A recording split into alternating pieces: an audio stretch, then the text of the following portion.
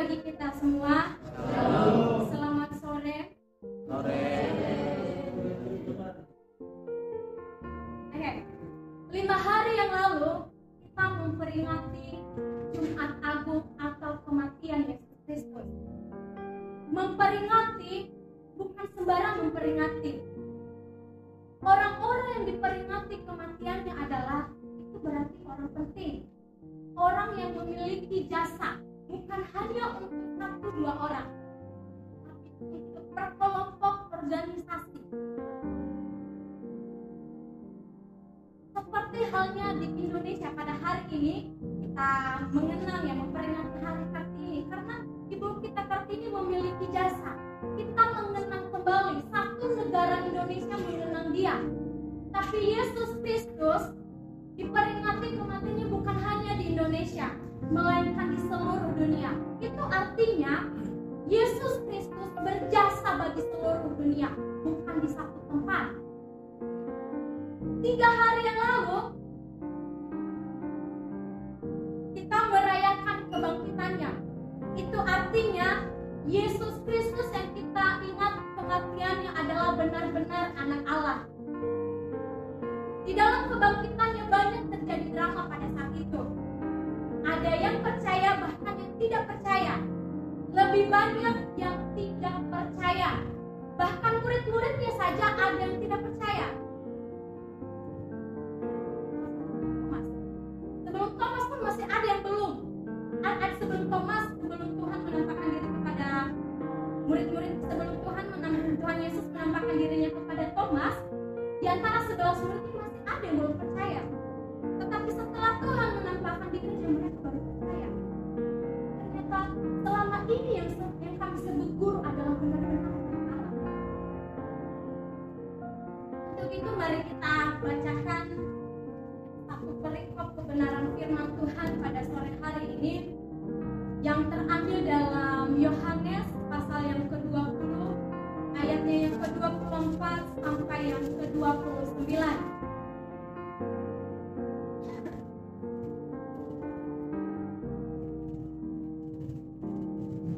Ayatnya yang genap dibacakan oleh yang lahir dari bulan Januari sampai Juni.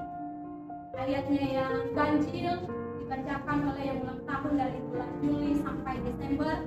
Dimulai setelah saya membacakan judul perikop. Yesus menampakkan diri kepada Thomas.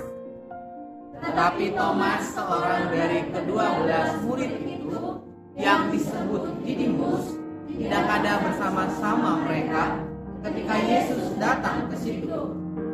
Maka murid-muridnya itu katanya, kami telah melihat Tuhan. Tetapi Thomas berkata kepada mereka, sebelum aku melihat bekas aku kepada tangannya, dan sebelum aku menunjukkan jari ke dalam bekas itu, dan menunjukkan tanganku ke dalam lambungnya, sekali-kali aku tidak akan percaya. 8 hari kemudian, murid-murid Yesus berada kembali dalam rumah itu, dan Thomas bersama-sama dengan mereka.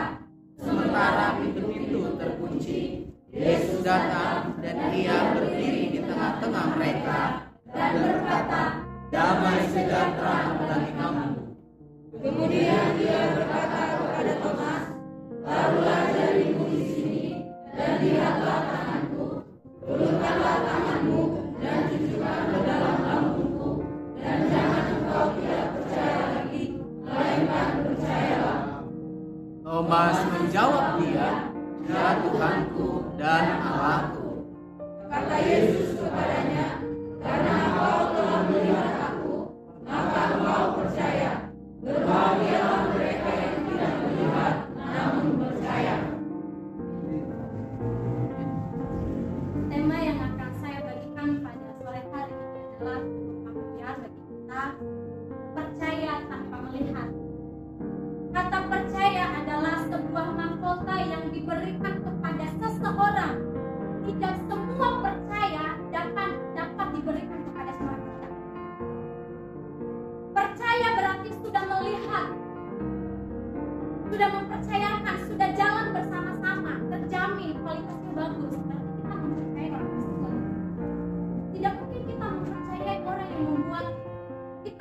mungkin mempercayai uang sangat kotor, tidak, karena kita sudah tahu dia kotor. Nah, berbicara tentang Thomas, Thomas adalah salah seorang dari 12 murid Yesus. Dikatakan, nah setelah Thomas ini adalah sebelum meninggalnya Tuhan Yesus atau sebelum matinya Tuhan Yesus, dia berkata seperti ini, saya siap mati untuk Tuhan. Tetapi di saat Tuhan sendiri mati, dia kecewa. Dia pergi, yang memisahkan diri dari 11 murid yang lain. Di saat yang lain berdoa, yang 11 orang, dia pergi ke gunung. Dia merasa kecewa.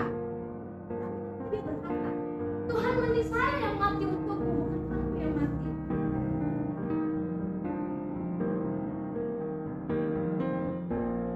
Orang percaya, rasa kecewa. Sebenarnya rasa kecewa itu manusiawi, pantas saja. Tapi yang tidak boleh adalah jangan sampai rasa kecewa memutarkan kita untuk tidak menghadap ke Tuhan lagi. Rasa kecewa itu adalah hal yang manusiawi. Dan setelah itu,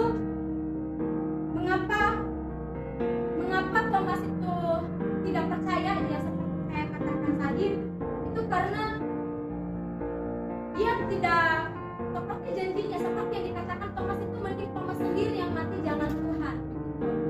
Itu dikatakan di ayat yang ke-24. Tetapi Thomas, seorang dari 12 murid itu yang disebut Didimus, itu maksudnya adalah anak kembar, tidak bersama-sama dengan mereka ketika Yesus datang ke situ.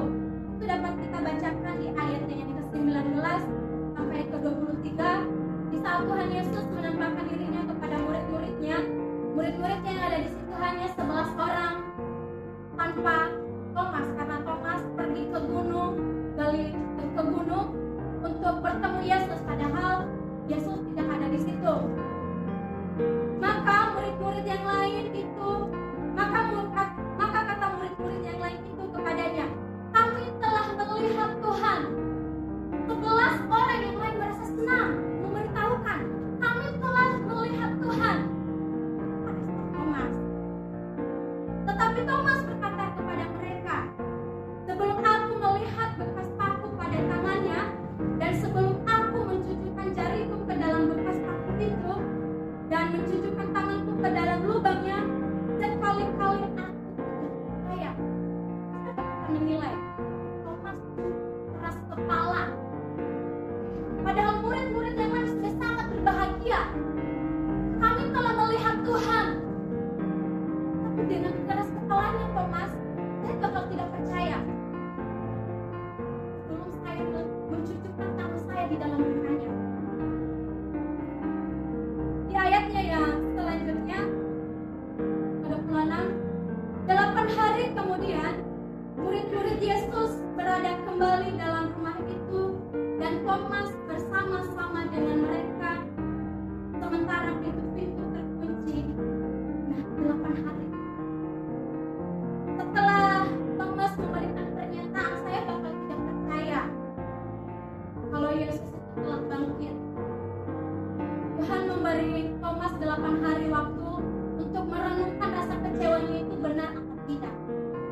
Setelah 8 hari, dia mulai bergabung kembali dengan ke-12 murid-murid tersebut di tempat di mana Tuhan pernah menampakkan dirinya kepada 11 murid. Dan pada saat itu, di ruangan itu, semua pintu telah tertutup dan sudah terkunci. Datanglah Yesus. Respon apa yang dilakukan oleh Thomas? Kaget. Tuhanku dan Allahku. Ternyata dia baru percaya setelah dia melihat. Apa yang Yesus lakukan selanjutnya? Dia memberikan bukti. Thomas, engkau masih belum percaya? Sentuh, peganglah. Setelah itu barulah dia percaya. Seterusnya di ayatnya yang ke-12 ke 28, Thomas menjawab, dia ya Tuhan dan Allahku. Itu adalah respon dia terkejut karena Yesus tiba-tiba hadir di tempat itu. Karena Thomas percaya bahwa Yesus ada masih di kuburan. Bukan di kuburan, tapi udah bangkit. Tapi dia nggak tahu pada kemana, dia nggak percaya kalau Yesus sudah bangkit. Seterusnya di ayat yang ke-29, kata Yesus kepadanya, karena engkau telah melihat aku, maka engkau percaya. Berbahagialah mereka yang melihat, yang tidak melihat namun percaya. Kenapa Tuhan Yesus berkata hal demikian? Berbahagialah mereka yang tidak melihat namun percaya. Pada saat Tuhan Yesus sebelum mati, banyak orang melihat dia. Tetapi di saat dia sudah mati dan bangkit, tidak banyak yang melihat dia. Hanya Maria dan murid-muridnya yang melihat dia. Tidak sebanyak yang melihat sebelum dia mati. Dan pesan terakhir ini ditujukan untuk kita. Berbahagialah kita yang percaya tanpa melihat. Amin. Semoga hal itu dapat terjadi dalam kehidupan kita masing-masing, karena pernah Pak Wikanto berkata, kamu percaya punya takdir? Percaya, kami bilang percaya. Kamu pernah melihatnya? Belum, berarti kamu percaya. Terus adalah teman salah satu, Bapak percaya ada Tuhan Yesus? Percaya. Bapak pernah lihat Tuhan Yesus? Tidak. Jadi marilah kita menjadi orang yang percaya tanpa melihat, khususnya untuk Tuhan. Jangan percaya kebohongan, karena kita cukup percaya yang tidak pernah kita lihat itu Tuhan Yesus. Yang lainnya jangan percaya tanpa melihat. Oke, sekian firman Tuhan yang bisa saya sampaikan pada sore hari ini. Kita berdoa. Bapa yang baik, terima kasih untuk setiap kebenaran firman-Mu yang bisa kami dengarkan. Kiranya seperti yang telah Engkau katakan, kiranya kami dapat berbahagia yang percaya tanpa melihat. Dan hamba-Mu percaya